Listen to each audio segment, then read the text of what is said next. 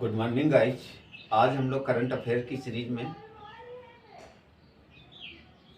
देश की आर्थिक समीक्षा रिपोर्ट के बारे में अध्ययन करेंगे। पेपर की दृष्टि से वन लाइनर क्वेश्चन बहुत इम्पोर्टेंट है। आइए देखते हैं बच्चों। वित्त वर्ष 22-23, 23-24 आर्थिक समीक्षा रिपोर्ट केंद्रीय मंत्री निर्मला सीतारमण द्वारा भारत की संसद में 31 जनवरी 2023 को पेश किया गया। इसमें देश के अर्थव्यवस्था के क्षेत्र में बहुत सारे आंकड़े प्रस्तुत किए गए। आइए देखते हैं बच्चों। वित्त वर्ष 22-23 की आर्थिक सर्वेक्षण रिपोर्ट किसके द्वारा पेश किया गया? ये क्वेश्चन इंपॉर्टेंट बन जाता है पेपर की दृष्टि से। वित्त मंत्री निर्मला सीतारमण द्वारा। वर्तमान में वित्त मंत्री सीतारमण जो देश की दूसरी महिला वित्त मंत्री इस समय वर्तमान में इस पद पर विराजमान है। अगले क्रम में देखेंगे मुख्य आर्थिक सलाहकार इस समय कौन है, तो बी अनंत नागेश्वरन।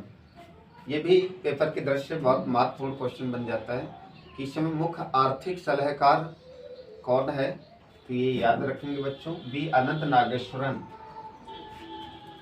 इनके द्वारा सुझाव दिए जाते हैं आर्थिक समीक्षा की रिपोर्ट तैयार करने में। बहुत सारे आंकड़ों के सुझाव सीधे वित्त मंत्रालय को प्रदान किए जाते हैं। आइए नेक्स्ट देखते हैं। इस वर्ष वित्त वर्ष की थीम क्या थी, तो ये भी इम्पोर्टेंट है पेपर की दृष्टि से। मध्यावधि स्थित, आशावादी तथा विश्वसनीय। फिर से याद रखें, मध्यावधि स्थित, आशावादी तथा विश्वसनीय। पेपर की दृष्टि से ये इम्पोर्टेंट थीम है बच्चों, इसे याद रखेंगे। आइए नेक्स्ट देखते हैं बच्चों। भारत की अर्थव्यवस्था की विकास दर 2023 में कितनी रही है, तो ये याद रखेंगे आंकड़े। ये कितने? 7%। इसी प्रकार पिछले वर्ष में विकास दर भारत की कितनी रही है, तो ये याद रखेंगे 8.7%। इसके अगले क्रम में देखेंगे वित्त वर्ष 22-23 में देश की जीडीपी विकास दर कितनी रही है, तो याद रखेंगे 8 से 8.5% तक। अगले क्रम में देखेंगे वित्त वर्ष 23-24 के लिए देश की जीडीपी विकास दर कितनी रही है, तो याद रखेंगे 6 से 6.8% तक। ये भी इम्पोर्टेंट है। नेक्स्ट अगले क्रम में याद रखेंगे भारत तीसरी विनिमय दर के मामले में पूरे विश्व में 5वीं सबसे बड़ी अर्थव्यवस्था वाला देश है। इसमें क्रम से भी याद रखेंगे कि सबसे पहला यानी कि अर्थव्यवस्था वाला देश कौन सा, तो याद रखेंगे अमेरिका। याद रखेंगे बच्चों, ये इम्पोर्टेंट है। और भारत इस समय 5वीं अर्थव्यवस्था वाला देश है विश्व में, जिसने इंग्लैंड को ओवरटेक किया है।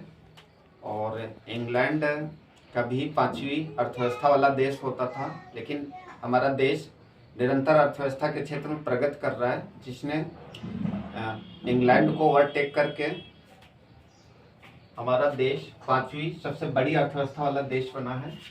और प्रथम कौन सा है बच्चों, ये भी याद रखेंगे अमेरिका। नेक्स्ट अगले क्रम में याद रखेंगे देश की आर्थिक समीक्षा रिपोर्ट में प्रति व्यक्ति निवल राष्ट्रीय आय कितनी रही है, तो ये भी याद रखेंगे 96,522 यानी कि रुपए रहे हैं। तो पेपर की दृष्टि से ये भी इम्पोर्टेंट है। नेक्स्ट इसके अगले क्रम में देखेंगे वित्त वर्ष 22-23 में दौरान देश की राजकोषीय घाटा कितना रहा है, तो 6.4%। अगले क्रम में याद रखेंगे बच्चों देश की विदेशी मुद्रा भंडार आर्थिक समीक्षा रिपोर्ट के अनुसार कितना रहा है, तो 562.72 बिलियन। ये भी पेपर की दृष्टि से बहुत इंपॉर्टेंट बिंदु है, 562.72 बिलियन।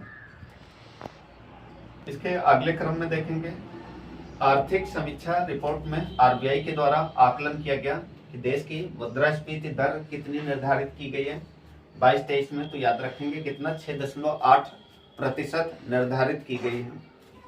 इसके बाद नेक्स्ट देखेंगे बच्चों, भारत सर्वाधिक निर्यात करता है। एक क्वेश्चन पूछा जाता है, भारत सर्वाधिक निर्यात किस देश को करता है? तो याद रखेंगे बच्चों, पेपर की दृष्टि बहुत इंपॉर्टेंट है। अमेरिका का पहला स्थान है, दूसरा देश है यूएई संयुक्त अरब अमीरात, तीसरा देश है नीदरलैंड। तो ये भी याद रखेंगे। नेक्स्ट देखेंगे बच्चों, एक क्वेश्चन आता है, भारत सर्वाधिक आयात किस देश को करता है? तो ये याद रखेंगे। प्रथम देश है चीन, सबसे ज्यादा आयात करता है। दूसरा देश है यूएई संयुक्त अरब अमीरात, तीसरा देश है अमेरिका। याद रखेंगे बच्चों। ये पूछा जाए कि भारत सर्वाधिक निर्यात किस देश को करता है? तो अमेरिका। भारत सर्वाधिक आयात किस देश को करता है? तो याद रखेंगे चीन, ये प्रथम स्थान है। और इनके पेपर की दृष्टि से आगे के 3 क्रम याद रखेंगे। नेक्स्ट, भारत आर्थिक समीक्षा रिपोर्ट 22-23 के अनुसार ई कॉमर्स बाजार भारत यानी कि कब तक 18% होने का अनुमान है?